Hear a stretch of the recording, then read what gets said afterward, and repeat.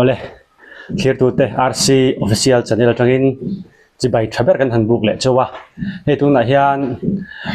republic venga omeka he kabula hian kan thian pa ming sanga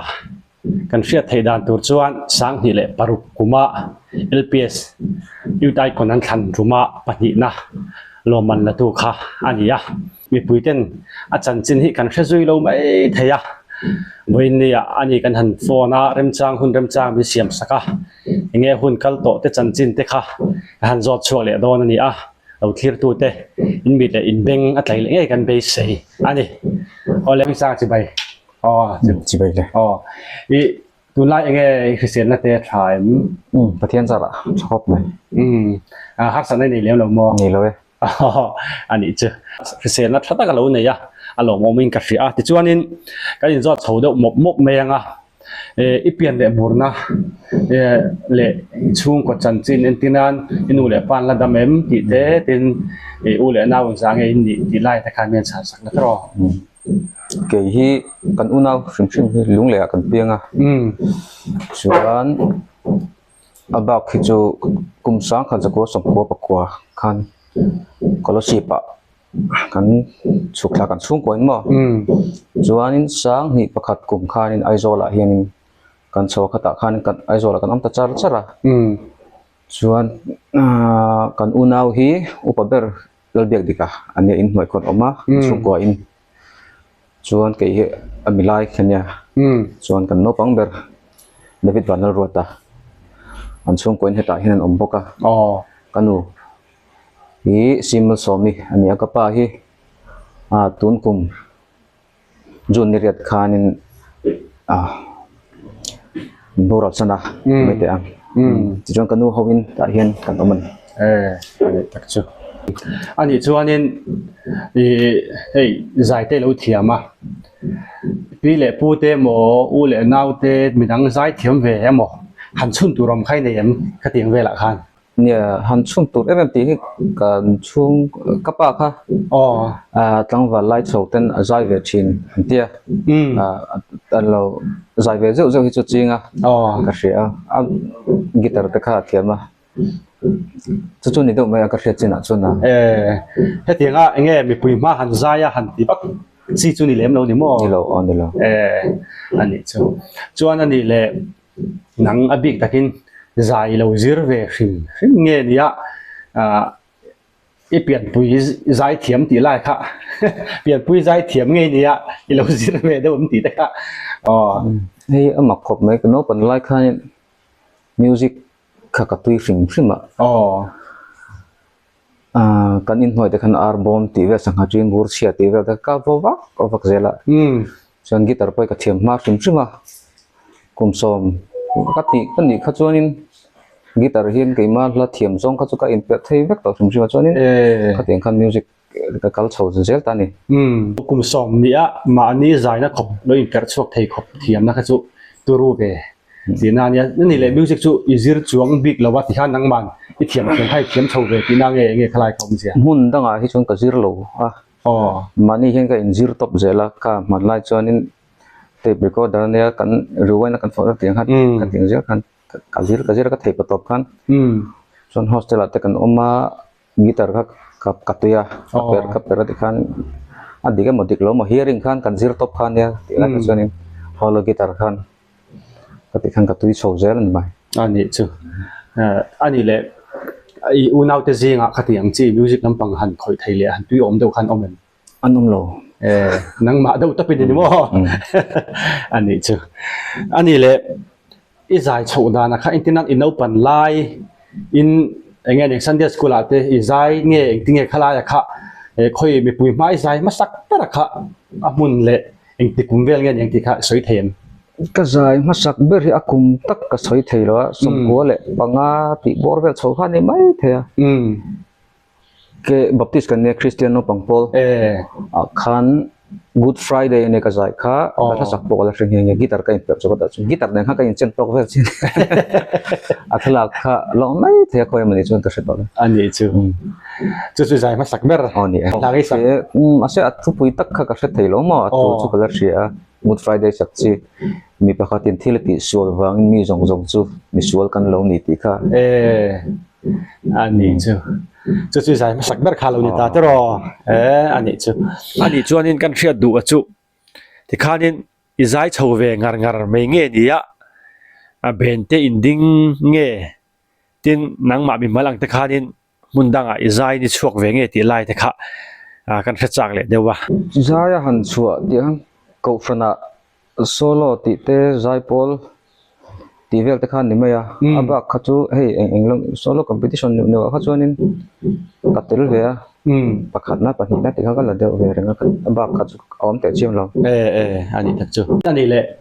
yêu đại còn khá hành chân sầu ta khá ta khan nang ma thua tel sầu nghe ni ya mi dang te mo chung ten tel se an ti che nghe khalai kha mi ti nghe tel sầu dan lai kha nya ka chung te hi ka hril lem lo a LPS scroll underscroll advertisement ka hmuwa nan biking ka han plan chowa han kal ve to pa ka ni jiak lu ta ta chunan ne jatla khop mai lo in jiak khan tam to ang renga ka han config khop me pakhat na ni tum khan ka hat kala audition ten ti don lo mi te ka han ti config foi mai du ni chứ thì cho nên hắn in riêng luôn rồi à năng mà khai in phim thủ đâu mà ni sẽ khen san tum khai hắn sầu về đâu đấy cái sa anh có cái tum khop mình anh ấy chứ thì cho nên này là tụi mình này khai icon á itel pui te hậu te khá in mục khom em mò hắn thiếu hắn tị khom khai in là này cái lại khai mình soi sắc này lúc là rồi nha tị khom hắn tị hiện cái này lại thì lúc tục lâu hay Nizan July ani kan soy meng July ni ani lo August ni August ni Nizan kan soy khom na kan neya ti chuanin kan in mu khom khat kum som pori ta lo liam ta ta chung kan in mu khom kim tak ka in mu khom voi khat na ani in ka ria an pe ni pon nom kan te le chuan chu ta chuanin la thar te nei kan tum deu ne khalai kha me soi sak khal deu sin te ekin nge ye kan soi lo lo anga mi dang te mi zo rama hianin yutai kon dang te mi zo idol te pon yang chu top 10 anga ladam kim te hetiek te kan nei mu mal to lo in ka ri ke ni chu pathian zara pathian kai roi na zara kan ladam kim thlapa kan lom em a hang te po hi chung te lom thu soi pa keima ni chian in ngai na chu tiang hla te chu phu ila te chuanin music video te tun kum chung hen siam kan to mani ja kan ti se kan chuma ani chu anga helom hle me ya icon sang ni le paruk ho te hai join ei khoma khatianga dam kima hun thaila nei kha alom hle ani to ro ani chuanin nupui pasal nei kha alla omak lawang nei nual to hlom jok an akashet solo zon zoram chani s3 le mingi hi anla nei lo ni inga ria bak chun nei vek to ani chu ni chuanin ani le khami lo man pani na lo man in la kan lom pui hle mei che ti chuanin enge lo man in don kha khami lo man pi lama mi mal ang pon lom pui na ang khai dong ne bin kan ring daw khalai kha soi thei om eng mo are deuh lek to lo man kha chu kan dong nuala soi siang lo nga ta khanin khati hun lai khan poisa hala ru niang pakhat na kan cheng sin khat ane patni na kan sang ru ka ne pathum na tak kha enjang ni ta ka felowa khati hun lai ka chun la tam de ani chutro khang laya tu na chon hei noi kan ti to ma se poisa lut na hi anep to ong renga khang laya sang ni paruk vela sin khat pakhat na in ni ka chon ala lu hle tu ra ngai tai la a thange ni mi malang khan lo man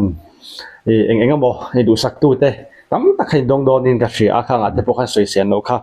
om don ani mi ani le yu dai kon ni han zo him chho khan program kha full chho lein kan ring dawa tin nghe mà ni mi mal angin nghe in kala tin nghe khalai zai in zai chodan la kha mi mal ang in kan kal ngal deuh top mai atir tak khajon ma se a hu hawa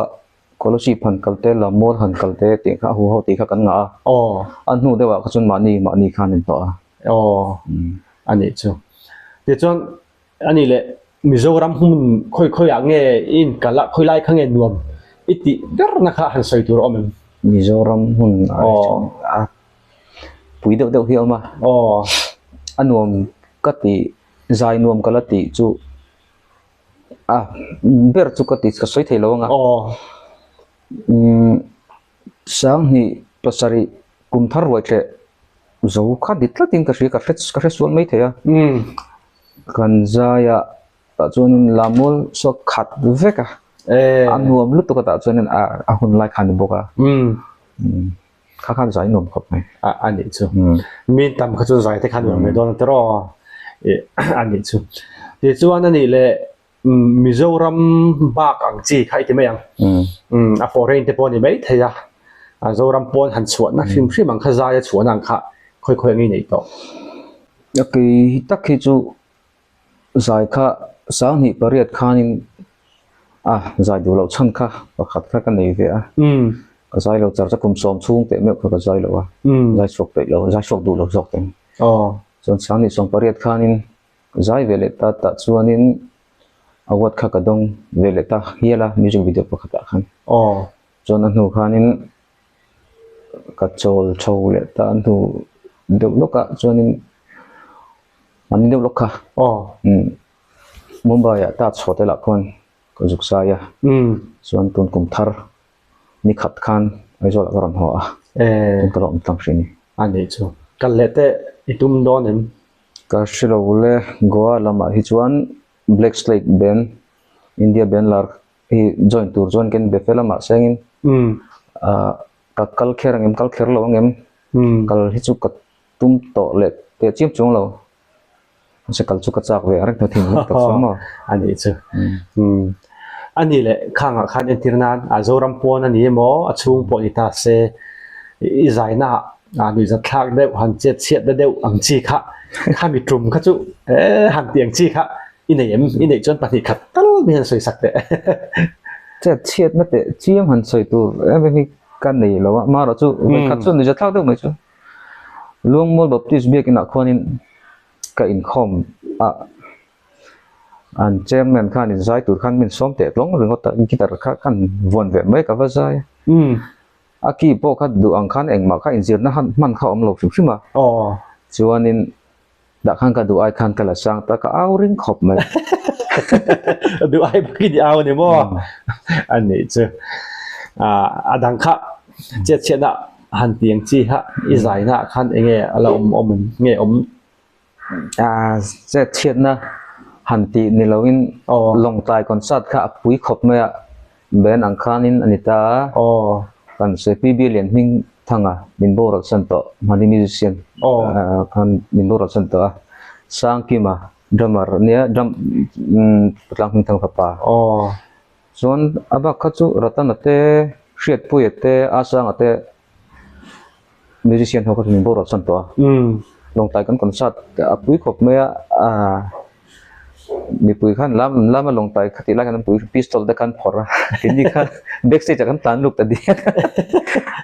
dc de kan ron kra de kan ni khap ngai khop khan an om le kha kan chet concert pui ni chu bo ro khap pui sim ani chu ai ti boi dau nge ni ya niang chu ai sual boi dau ni mo chel ngai khopin khosa ni mo ani chu ani le nia ti khan kha ai lo zai chowa zoram me pui hriat lo hlo chowa i lak don hle in kan ringa nula lama po khan lo star tu chakha an tamin ka ringa thil pek ne mo te khating te kha enge i dong na sai am khatiang lama tang khan nula lama tang ani deu ber chu nia om ve no tur ngai la a soi vek karem lo ni mo phone call te chu tam ve the khop mai ani chu engam model dewa kap mangai che ka du che han ti tu che kha itong nual in kan renga khang lai khanin engam bo i han hriat reng han ni za thlak do lek chi ka sei chuat tur te kha lo mem omanga ma se ke ma hian ka hreseng lo niang then ton niang jok mo kalkong lag voi khat nu jatlak deu chu Millennium Center again gypsy ka khal pe ba sa tang hin me chi tle rol pathum bel hin ni miron ko wa miron ko ka kan bai ka ma motor traffic jam ka su ta chok traffic police khan in ngai dam jok ta min ani bo a motor nei tu te pro khan tel ve sim sim ma khan soi ta lo wa ani chu bai kha poi bo sia tro kan ti du lo kha a in du ni te kha om do na tro in du ni te kha ol do na om ve vio ve ti chuan ani le music video hi engza nge i siam to siam nei tu mem ti lai te kha min chan sak le la tro ka siam zat ta ka hi ngoro kan share chin anga ka pani pathum pali panga vel ni nga ka soi kim lo me te ka siam lu tuk lawa chu zai ka chok sang khri wang kan ka siam tam lu tuk lawa mi tyangin chuanin siam tum na hi chu thin lunga hi chuan chol san ri ngot hi chu la om bik chuang lawa ka pathian in rem rot ang zailin kan la siam so veng chu ani chu chuan ani le la lampang hi i phua engza ngai phua to ti lai te khamin soi sak le la ka phua ve ka phua ve nuala ma sengin ka zai chuak lem hle lo ke ma hian ka bong thame ya achang hi chon ka phua hlang hi album hi siam ve la ti te chu ka ril ro chon oma chung te po chu alom theima na ani chu engza vel nge han soi mai thei ang kha omem ke hi ka olsam ko pa ka labu po hi ka nei lem lo ke ma hian ti hian ka la po hi chu ka hrem maya ma ro chu labu te siam vela min te ke ma ka hre thau long ko ti mai se adi khop mai tro ma nin chin chia thei kha chuan mo ani le bidang in han sak chi che te mo khatiang chi kha omem lo ka ti chuak lo sum suma ke ma hian mo ma se mi ji nga thian tha te ne kan zai khom chang hi chuan in han sak chang te hi chu ka nei ani chu chung ho chu atlang puin leng zem lampang nge gospel lampang leng zem hi ani dawa ke ma hian in mi zo lap phua hi athu ka har saran chu chu ajun supply hian phua hi ka ol sam zo ka ka du zok dan hin ya ani chu ani le engla lampang hinge i tui pui do le nang ma hian tui pui a chuanin hla hian ke chuanin athu khi ka du tui khop me athu te chu tin kan jek por theya athu khi ka du tuya athu kan dala alunglen thlak lampang in ngai na la lampang ka du deuh tlang tui nei do ber mai ani chu anin ni man icon sang ni paruka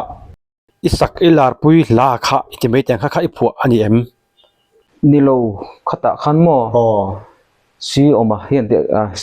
te me ka chon omte ka tia lungle mi sonia ni tuna chon mission field da missionary no ma khami phua khania chuan ani khan icon te khan atel velo ta ani po kha zai thim thawa khami ne khanin kan boy puna sokha ba ama phua khania kha ka salar ta ni ani chu ne kha then khaten a phua tiang do che khan an soin ka ria ni lo khalai kha kan au ria swal do hlek ani mo tro ti chuanin ani le zai kha ka chol sanin tia ka nge I chol san chan ate kha ria ta re mem nge ni ya khalai kha tun naya hian hei soi nu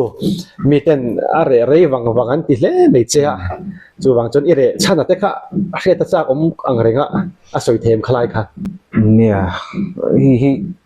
soi tu thui do thenga mi zo te hi in soi pe nam hi kan ne shim ma ka zai pe to lo ka ti na sang kan ni jan kan choi khom yu dai kon ho mal te teng kan dinga ta po chon ka soi nge a sang ni pariat kum khanin ka zai lang to don lo ka top ani chan chu ai zo tang wa kan nia kan leng ve du a kan thil ti du te kan ti ve du thina khoi lai te po kan road side ve duang chu hang lo sei pe te chang le chanchin bu thleng thleng in lo chuang ka ya chanchin bu pakhata phei chuan in thalo deuh hin min lo chu le nga la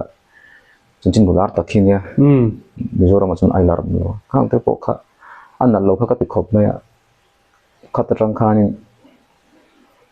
i ka zai to lawang ka ti hnia ni chu ta chuan in midang tam tak lo zai thar tu te ka fui le du na chu i khatiang mi soi kha pe chuan in ka pe lo ka zai lo mai ta ma ro chu khatiang kha i ma chon zo tu rin kan fui du zo kan mi mi lar han ni mi ma zai kan ni chuan tro thil tam tak soi sel na ani le ni lo de te po kha tam tak kha thei do na chung te po chu ni a thkhop mai khalai kha ani chuan tu na hian hei thalai ten kan thadu in kan ring dawa vacancy lo mem ti lai kha lo ti mang lo ti mang ani chu riat kha chak khop mai ani le mizo te zinga hian hei zai them kan nei ve ta ne no maya me chia mi pa te zinga po gospel ani mo leng je mani mo eng po lo ni ta se me chia le mi pa te zinga hian atu ber hinge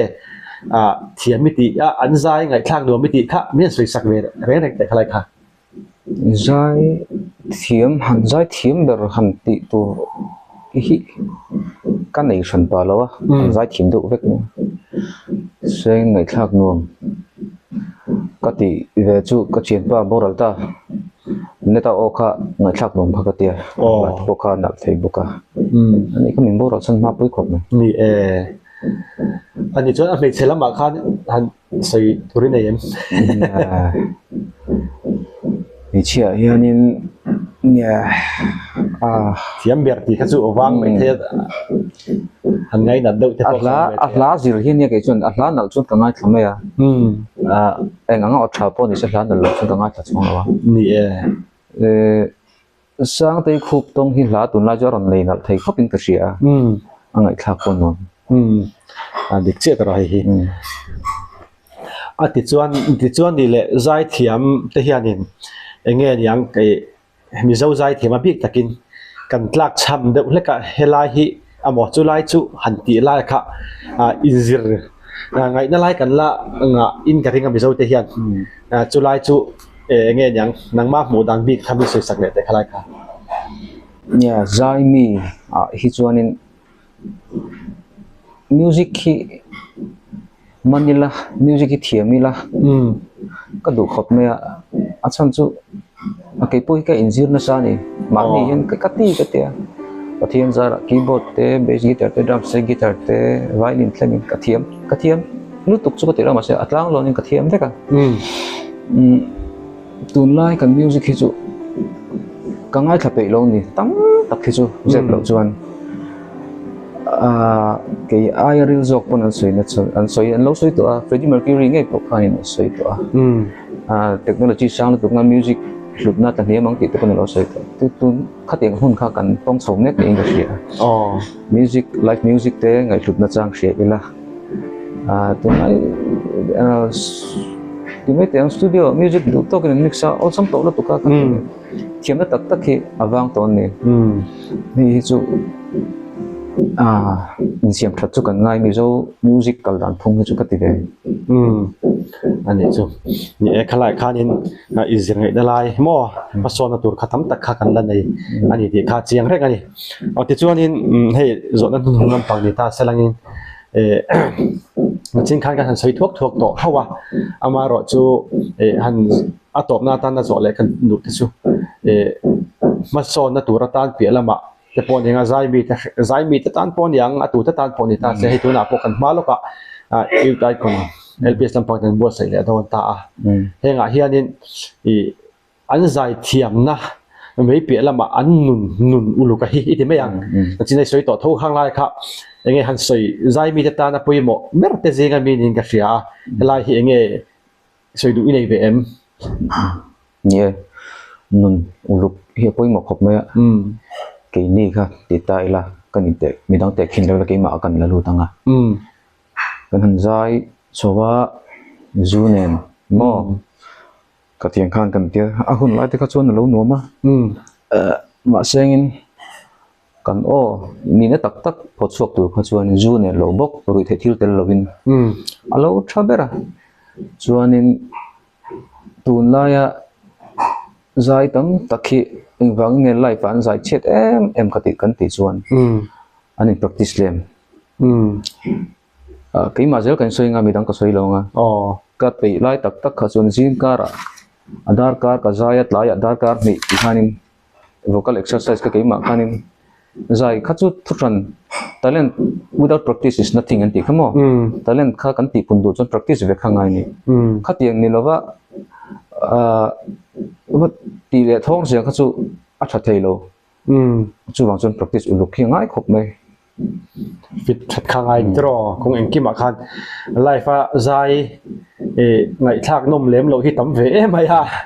chu wan chon khalai soi khap pe mo ko pin ka shege tin ti khan kan zot na te chu kan han du dok tok me yanga amaro chu a top bin khar sak na turin la pakhat min sak turin kan han som do na eng la ber khange min sak thayang ilar thona zoram dung le wang ilo fan chona la kha e join ka base sei do le kha remedy chuan ni ta se enge tha phalem phal a mara chu mi puisi ngai kan share du chu mani lok khanin chu pan min bor sana chuan parliament kan amta chuan patila hianin karuma inchunga hianin kan chong traya a thiam te kanu te nen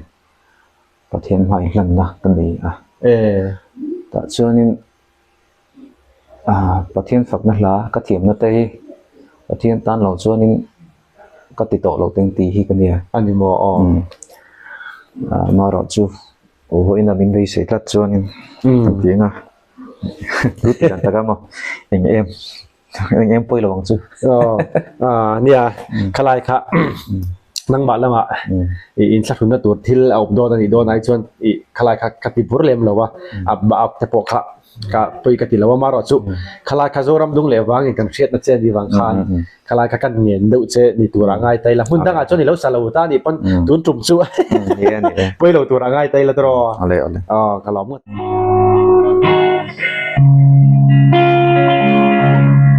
Wanu sang suy rem lâu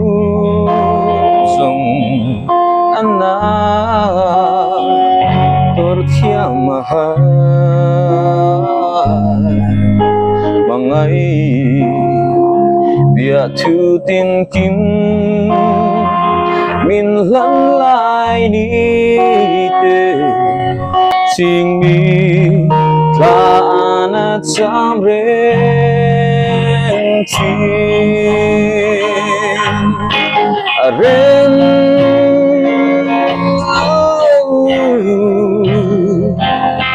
nang nen ale in hi lu no tuaran ana ye o ngang kalau tâm se loài khinu tra na mai mo lo ni